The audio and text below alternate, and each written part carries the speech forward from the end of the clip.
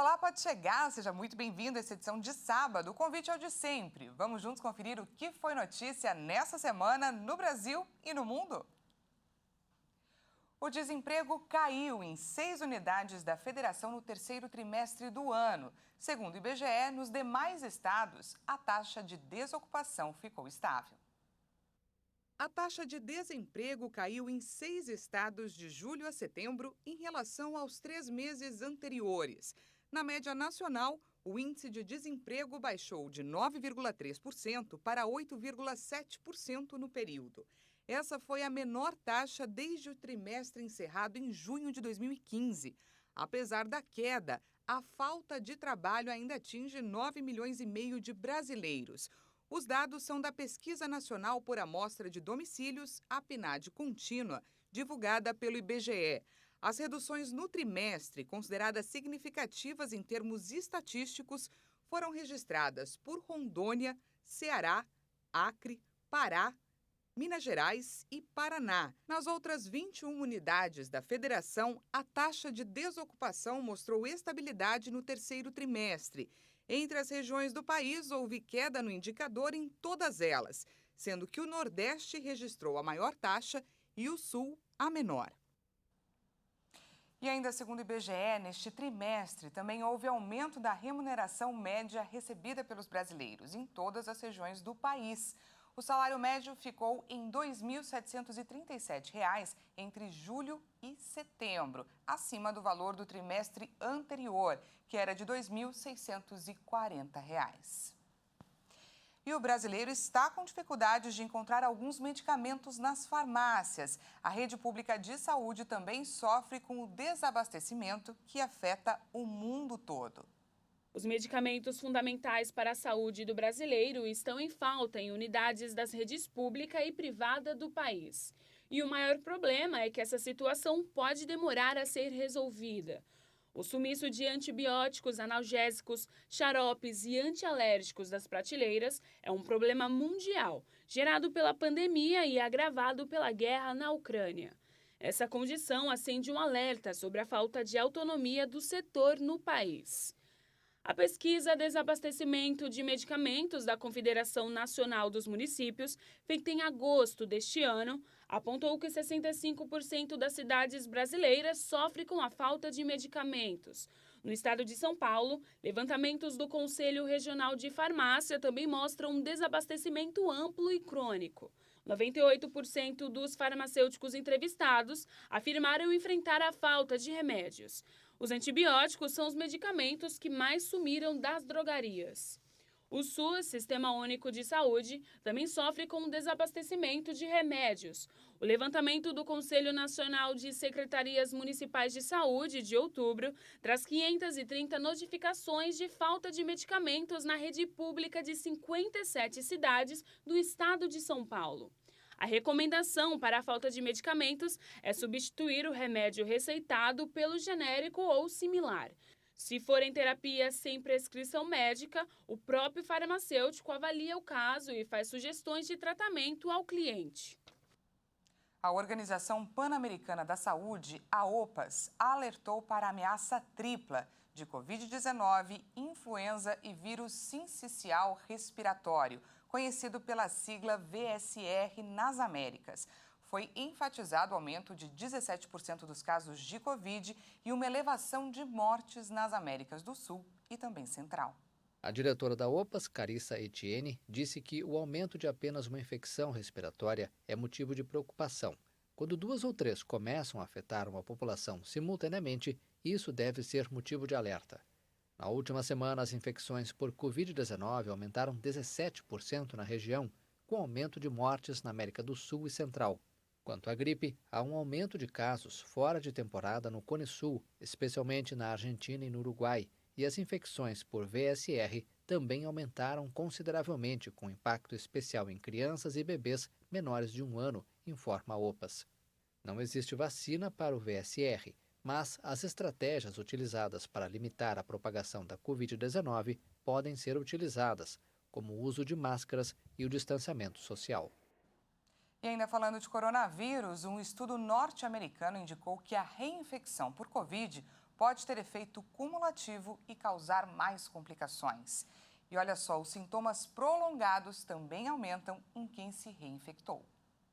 Quem já teve Covid pode até estar pensando que já teria anticorpos para combater a doença em caso de reinfecção. Mas um estudo realizado nos Estados Unidos apontou que a Covid pode ter efeito cumulativo e causar ainda mais complicações a partir da segunda contaminação. Nesses tempos de subvariantes de Ômicron se espalhando, talvez seja necessário se cuidar bem mais. Um bis do SARS-CoV-2 pode ser pior do que o primeiro contato com esse vírus.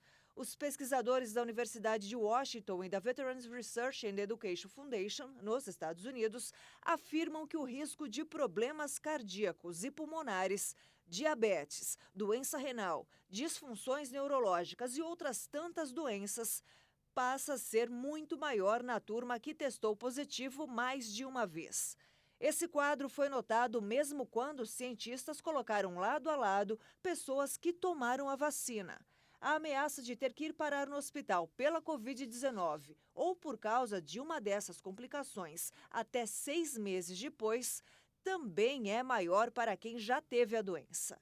Os dados da pesquisa são baseados em mais de 5 milhões de pessoas atendidas pela rede que cuida da saúde dos veteranos americanos.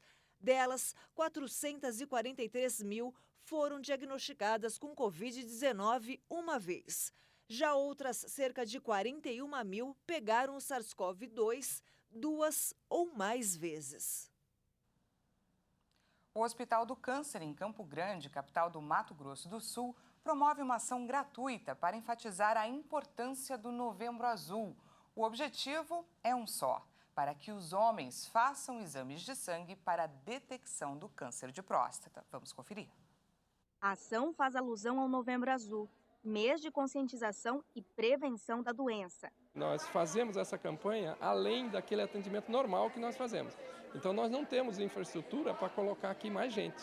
Nós atendemos em torno de 200 pessoas normalmente, você coloca mais 100, são 300. E aí nós não temos espaço físico para isso, para atender mais que esse número de pessoas.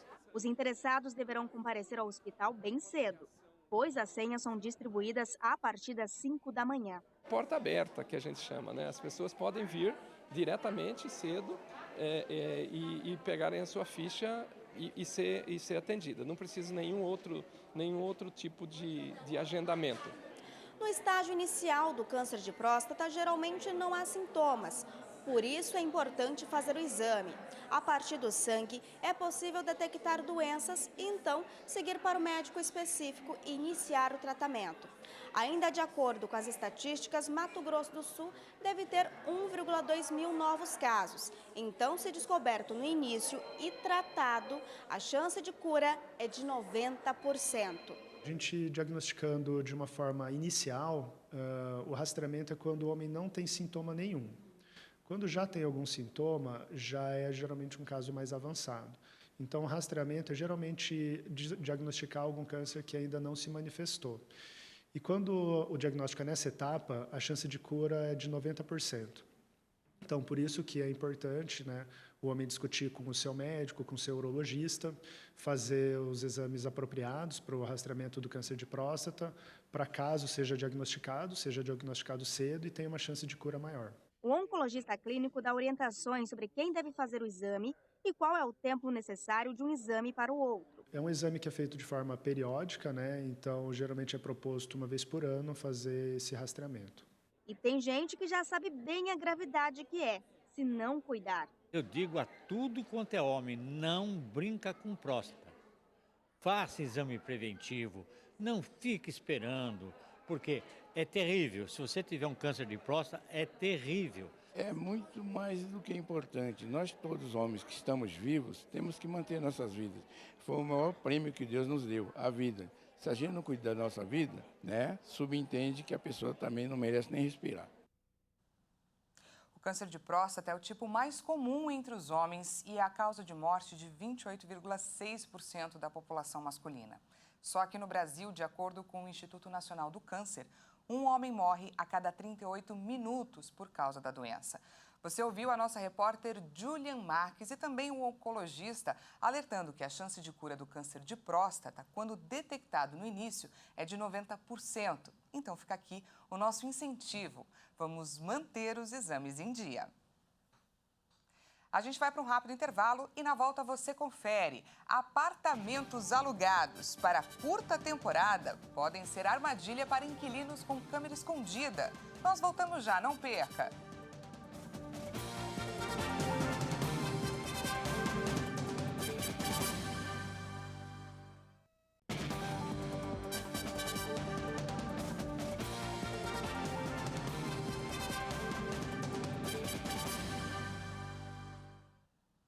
Seja bem-vindo mais uma vez, estamos de volta e com destaque nacional. Com a alta da Selic, o sistema de consórcios registrou um recorde no número de participantes e as vendas na modalidade cresceram muito nesse ano. A alta da taxa básica de juros entre março e agosto encareceu os empréstimos. Com isso, a alternativa para quem precisa comprar um bem de alto custo tem sido a procura por consórcios. Muitas pessoas estão vendo o segmento como uma saída para ter acesso a bens que demandam bastante capital. E uma das vantagens é não ter de oferecer uma entrada como em um financiamento. De acordo com dados da Associação Brasileira de Administradora de Consórcios, a modalidade vem registrando recordes no número de participantes neste ano. Entre janeiro e setembro de 2022, foram 2.950.000 novas cotas negociadas. O número representa uma expansão de 14% em relação aos 2.580.000 adesões em igual período do ano passado. Esse movimento resultou no acréscimo de 9% no número de participantes ativos de consórcios no país em um ano, alcançando em setembro a nova marca recorde de 9.120.000 pessoas. Apesar do avanço dos consórcios em diferentes nichos, a modalidade continua sendo usada principalmente por quem quer comprar um carro ou um imóvel. Com uma fatia de 43,4% do mercado de consórcios, o segmento imobiliário teve avanço de 20,5% nas vendas de créditos comercializados entre janeiro e setembro, chegando a 83 bilhões e 300 milhões de reais. Já os consórcios de veículos, com uma participação de 56% do total, ampliaram as vendas em 15%. Para 93 bilhões e 200 milhões de reais. O volume de crédito comercializado no ano pelas empresas já soma 191 bilhões e 900 milhões de reais, o que corresponde a uma alta de 17,2% na comparação com os 9 primeiros meses de 2021. Intimidade e privacidade podem ser considerados bens de valor incalculável de uma pessoa. Ter esse espaço pessoal invadido causa, sim, indignação e revolta. E nessa semana, um vídeo que viralizou nas redes sociais trouxe um alerta sobre esse problema, que, aliás, pode até ser considerado um crime. Isso porque alguns imóveis que são alugados para períodos curtos podem ser verdadeiras armadilhas com câmeras escondidas. Vamos acompanhar juntos na reportagem da Bruna de Jaimo.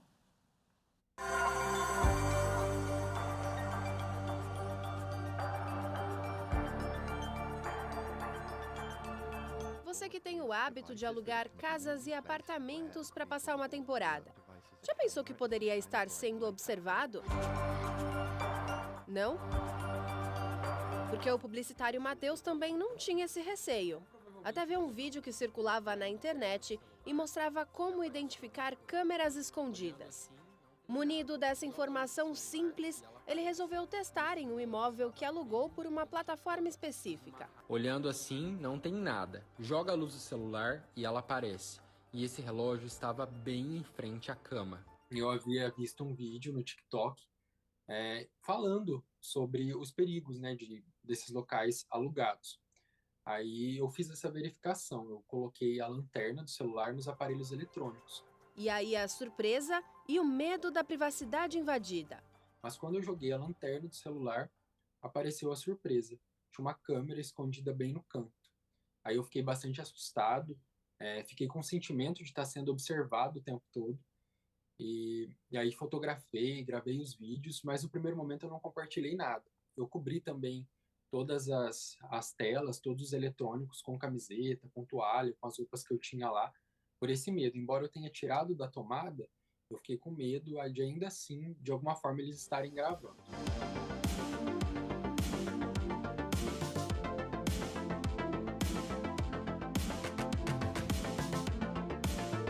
O que muita gente não sabe é que imóveis alugados por temporada podem ter câmeras de segurança, mas elas precisam estar em locais visíveis, a informação tem que estar clara na acomodação e elas não podem estar localizadas em banheiros e quartos.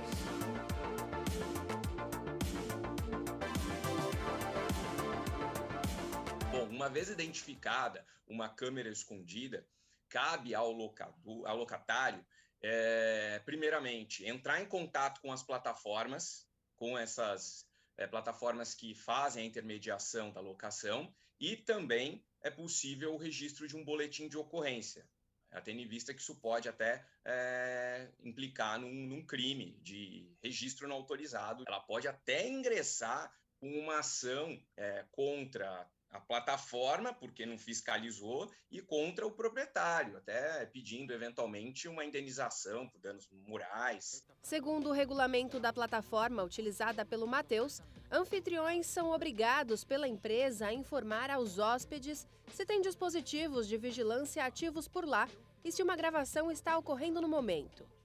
A política de proteção da plataforma garante a devolução do dinheiro, que no caso dele aconteceu alguns dias depois. Para se proteger, o hóspede buscou seus direitos. Eu fui até a delegacia, fiz um boletim de ocorrência, conversei com a delegada da minha cidade, eu sou aqui de Mogi Guaçu, é no interior de São Paulo, e conversei com a delegada, e ela falou que o ideal é, no primeiro momento, em uma situação que você encontra uma câmera escondida, o ideal é chamar a polícia naquele mesmo momento. Mas como não foi o meu caso, né, eu gravei, mas não chamei a polícia, o que ela poderia fazer naquele momento é o boletim de ocorrência e passar esse boletim de ocorrência para a cidade de Campinas. E depois de descobrir a câmera e publicar o vídeo em uma rede social, diversas pessoas que já haviam locado o mesmo lugar se preocuparam com a privacidade invadida durante o período em que estiveram lá. E com toda essa experiência traumatizante do Matheus, ele deixa o recado para quem for alugar um imóvel. Acredito que agora, com toda essa viralização desses conteúdos, eu espero muito, de coração, que as pessoas possam começar a se atentar nesses momentos, né? Porque normalmente a gente está em viagem, a gente economiza, guarda dinheiro para ter momentos felizes. A gente não imagina que vai ter a privacidade invadida, vai ter câmeras ali. Mas agora eu espero mesmo que as pessoas comecem a ter essa visão, ter esse olhar para esses pequenos espaços, para aparelhos eletrônicos, para que não passem por essa situação.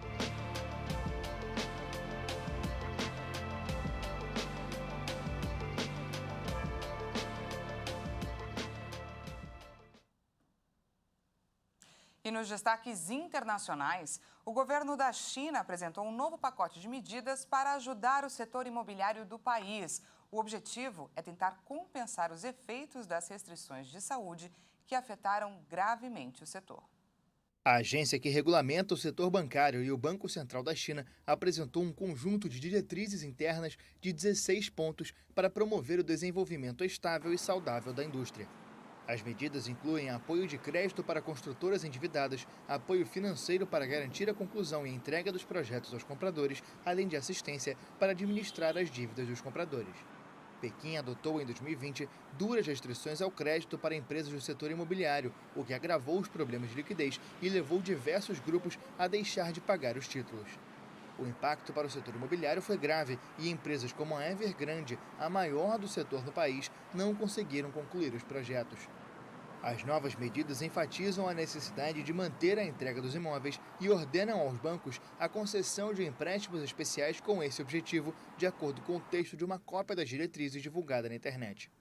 O documento pede que as instituições financeiras tratem de maneira igual as empresas imobiliárias estatais e privadas, além de fazer um apelo por cooperação ativa com as empresas imobiliárias na gestão de riscos.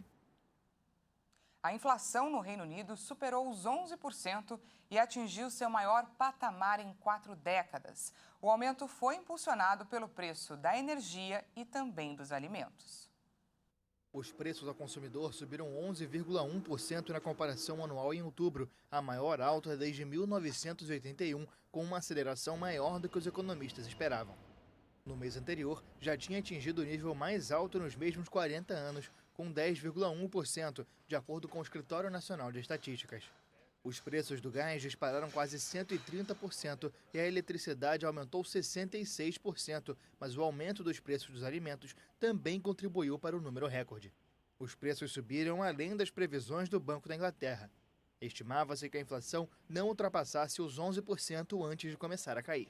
Para completar o panorama complicado, o Banco Central considera que o país já entrou em uma longa recessão, definida tecnicamente como 2 trimestres consecutivos de contração. O desemprego também aumentou para 3,6% no final de setembro, de acordo com dados divulgados na última terça-feira. E amanhã, falta apenas um dia para a Copa do Mundo. Nessa última edição do Boletim Esquenta Catar 2022, Leonardo Félix fala da seleção da Coreia do Sul. Olá pessoal, este é o Esquenta Catar 2022 que traz informações e curiosidades da Copa do Mundo aqui na nossa programação. Vamos falar da seleção da Coreia do Sul. Após uma bela campanha nas eliminatórias asiáticas, com 6 vitórias e 2 empates em 8 jogos, os coreanos garantiram a vaga no Mundial, após derrotar a Síria por 2-0. O destaque da seleção é o atacante Son, do Tottenham, da Inglaterra. A melhor participação da Coreia do Sul em Copas do Mundo foi justamente quando foi sede, em 2002. Naquela edição do torneio, os asiáticos ficaram em 4º lugar, perdendo por 3-2 para a Turquia, na disputa pela 3ª colocação. A Coreia do Sul está no Grupo H, com Portugal, Uruguai e Gana. Pessoal, a Copa do Mundo começa amanhã, mas a gente segue aqui na programação, trazendo informações dos jogos e tudo aquilo que acontecer lá no Catar, você vai estar ligado aqui na nossa tela, beleza? Muito obrigado por essa companhia após 100 programas e agradecer a toda a equipe técnica, todos os colegas envolvidos na produção do Esquenta Catar 2022. A gente se vê na tela da HIT. É isso aí, fique ligadinho na tela da HIT que a gente vai trazer tudo sobre a Copa do Mundo para você. Essa edição fica por aqui, muito obrigada pela companhia, um ótimo final de semana para você e até mais, até segunda.